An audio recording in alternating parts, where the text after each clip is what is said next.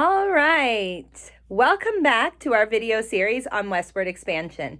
Now we're still talking about some of the things happening to our settlers who have traveled west.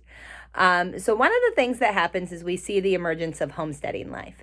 Today we're seeing a reemergence of homesteading life. It's become quite popular on social media, and some people are referring to homesteading life as trad life or traditional life. And we're seeing this emergence through platforms like TikTok and Instagram and Facebook, things like that. So one of the things that happens with homesteading life is learning how to use herbs that grow out of the ground and how to use the for their medicinal properties.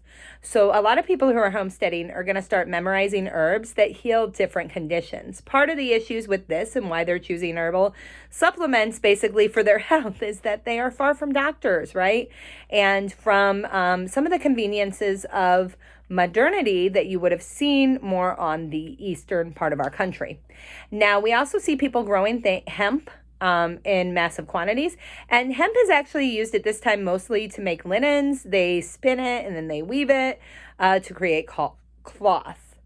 People are walking everywhere. They're not using most other forms of transportation are not being used in this homesteading culture. Now, children. Most families will have an incredibly large number of children. In most families, it is not uncommon to have around 18 to 20 children. However, 50% of those children will die before the age of 5 because of the conditions that they are suffering in with homesteading. Keep in mind that homesteaders have no electricity and that their Sundays are spent very religiously focused at church. And we're talking the entire day at church. It isn't just like you go to church and you come home. You go to church and then you stay at church. It's an all-day event. Now, families will have few luxuries. They'll have 2 outfits.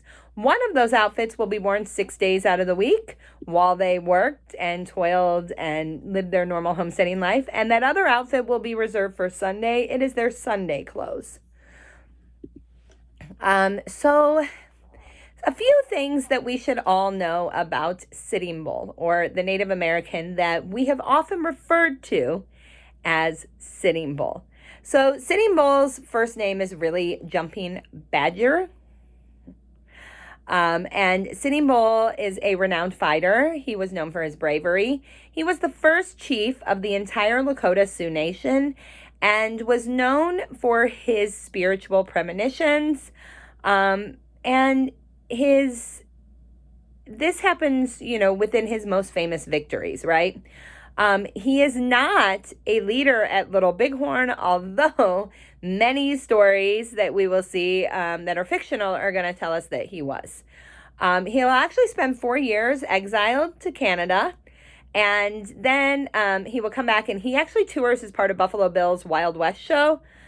He will fall in love with Annie Oakley on a paternal level. He isn't ever involved with her intimately or in that type of love, but he has this love for Annie Oakley, and he begins to treat her almost like you would treat an adopted daughter.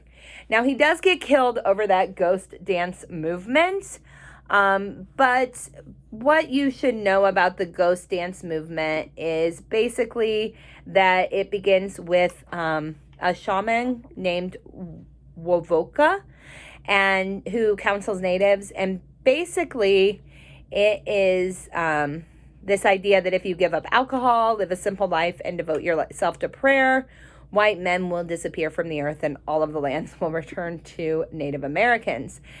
Basically, the ghost dance movement kind of was this idea that if Native peoples returned to their lands and things, their gods would think of them favorably and would essentially give them their land back. Now, one final thing is that there are still a lot of debates sitting around Sitting Bull as to where his grave is, right? No one knows, and this is heavily debated even today. Now, the real Buffalo Bill. That's our other story here, right? Buffalo Bill and Sitting Bull, we've all heard the fictional tales, but the real Buffalo Bill is a man named William Frederick Cody. He is born in 1846. and he will live until until 1917. He's actually a serviceman, and he begins working at the age of 11 as a boy extra. Now, a boy extra is the person who takes correspondence and communications between the wagon trains and workers. The wagon train workers, so like they run back and forth along the train, handing out messages to make sure that all of the people on the trains know what's happening. He's recruited by the Pony Express, which is an operation that delivers communication on horseback from the west coast of California to Mississippi in a 10-day span. And he will be recruited to be one of the members of the Pony Express. So, and then later in 1863, he is 17 years old, and he will enlist in the military as a scout. Now, he will serve during the American Civil War, the Utah War, and the Indian War. And he becomes an avid buffalo hunter. And because of his expertise in buffalo hunting, he actually supplies the Kansas